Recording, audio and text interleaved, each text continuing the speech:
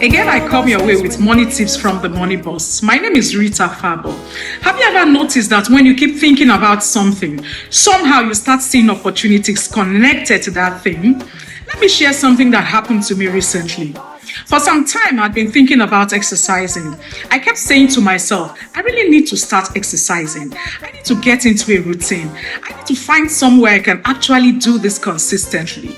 But you know what? Thinking about it alone is not the same as doing it. I hadn't started.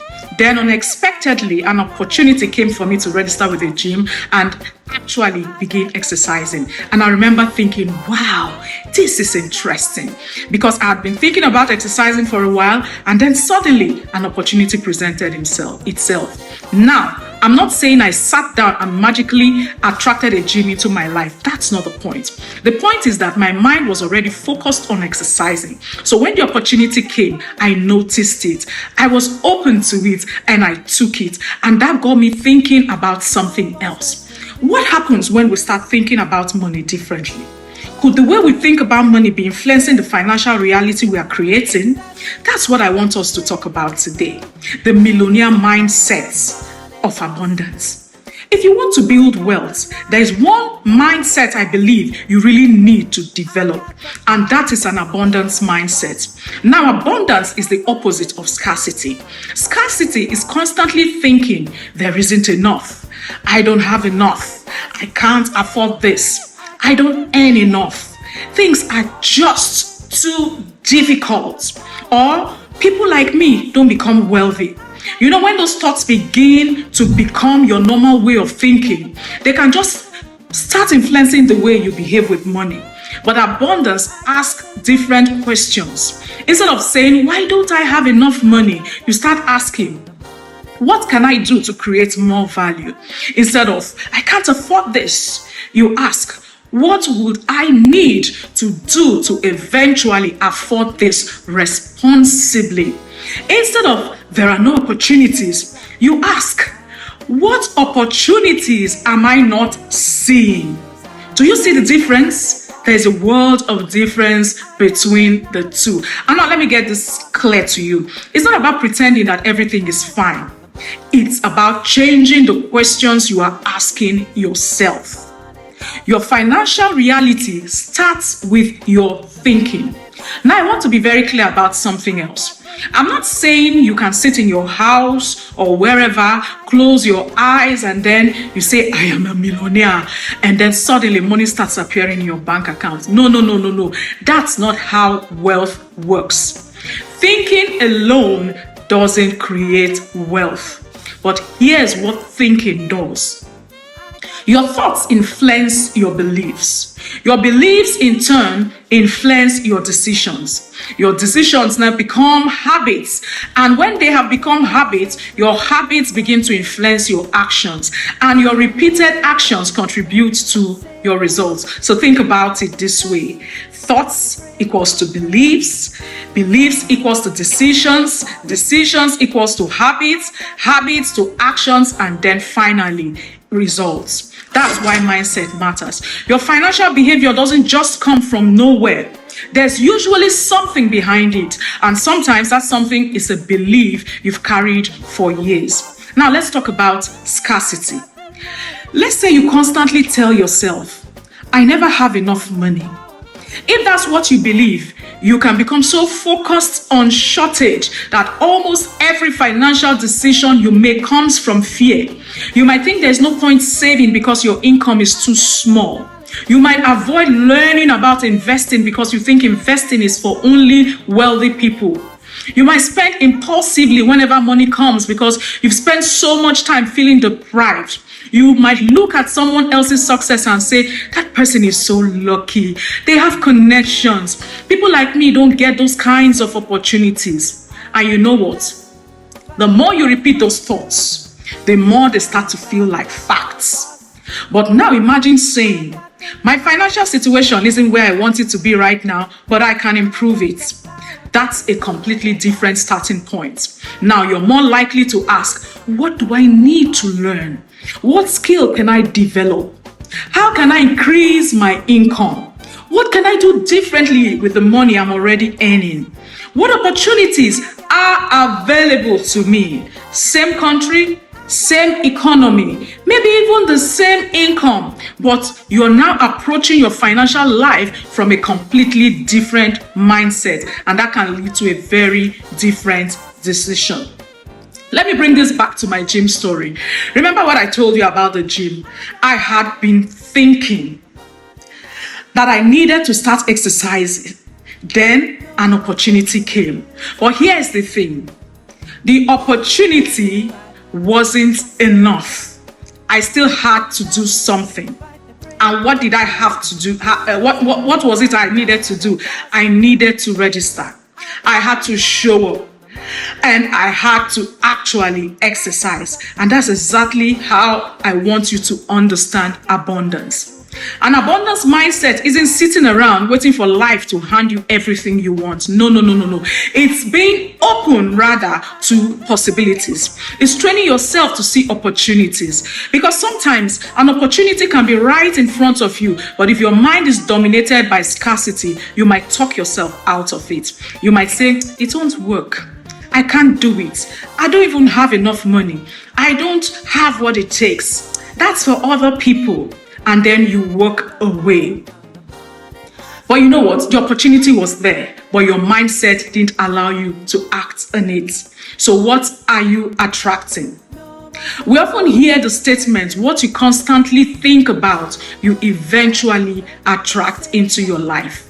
I want us to look at that in a practical way. I'm not talking about magic here. I'm not talking about quick fixes also. I'm talking about what gets your attention. When you constantly think about something, you become more aware of the things connected to it. And what gets your attention can influence what you notice. What you notice can influence what you pursue. And what you pursue influences your actions.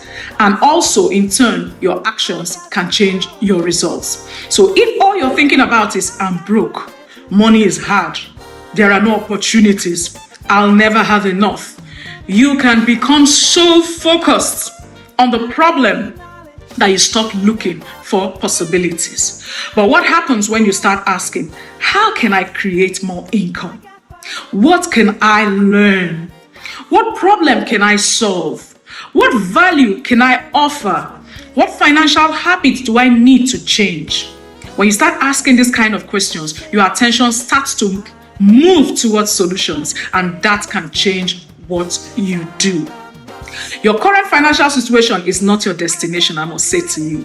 This is something I really want you to take seriously. Where you are today financially is not necessarily where you have to remain. Maybe you're struggling financially right now. Maybe you're living from salary to salary, income to income. Maybe you are in debt. Maybe you don't have savings, not a dime to your name. Maybe your business isn't performing the way you expected. Maybe you've made some financial mistakes. Those things are real. We shouldn't pretend they aren't. But please don't turn your current situation into your identity. Don't say, I am poor. Say, I'm currently in a difficult financial situation, but I'm working on changing it. Do you see the difference? One sounds permanent. The other describes a situation that can change. And situations really can change. But let's not confuse abundance with recklessness. Now, this is very, very important. When I say think abundance, I'm not telling you to spend money you don't have. Far from it. Abundance doesn't mean, let me borrow money so people can think I'm successful. No, that's not thinking abundance. It doesn't mean buying things you cannot afford. It certainly doesn't mean taking foolish investment risks because you believe money will somehow come back. That's not abundance at all. That's recklessness. And an abundance mindset says, I believe there are possibilities and I'm willing to learn. I'm willing to plan. I'm willing to work and take calculated steps. That's the kind of abundance I want you to embrace. Now, here's a little exercise for you. After watching this video, I want you to do something. Get a piece of paper or open the notes app on your phone and write. What do I really believe about money? Be honest. Do you believe money is difficult to make? Do you believe rich people are simply lucky? Do you believe you can never become wealthy? Do you believe you always struggle? Do you believe you can't save because you don't earn enough? Or do you believe investing is only for people who have plenty of money? Then again, I want you to ask yourself, is this belief helping me create the financial life I want? If the answer is no, then challenge that belief. Instead of I can't, ask how can I? Instead of there are no opportunities, ask what opportunities might I be overlooking? Instead of I don't earn enough, ask what can I do to increase my earning capacity? Instead of I'll always struggle, ask what can I change about the way I earn, manage, save, and invest my money? Let me bring this back to that gym experience one more time. You know, I've been thinking about exercising, like I said. Then an opportunity presented itself. But thinking about exercise didn't exercise my body. I needed to act. And that's the lesson I want you to take away from this video. Your thoughts can influence what you notice. Your beliefs can influence what you decide. Your decisions can become habits. And your habits influence your actions, whereas your actions can influence your financial results. So don't just tell yourself, I want to be wealthy.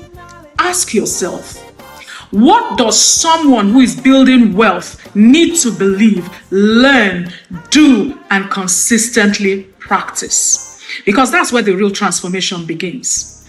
Wealth doesn't begin in your bank account. It begins with the way you think, the decisions you make, and the actions you consistently take. So from today, I want you to think abundance. Look for possibilities. Create value. Take action. And please, don't allow your present financial reality to convince you that it's your permanent financial reality. Now, if this video gave you a different perspective on money, share it with someone who needs to hear this. And if you're here, subscribe. Maybe you're new here, subscribe to The Money Boss, because we are not just talking about making money here. We are learning how to think, manage, and build wealth. My name is Rita Fabor, and I'll see you in the next video. But remember, you may not be able to control where you are starting from, but you can start changing the way you think about where you're going. So in all you do, keep being the Money Boss.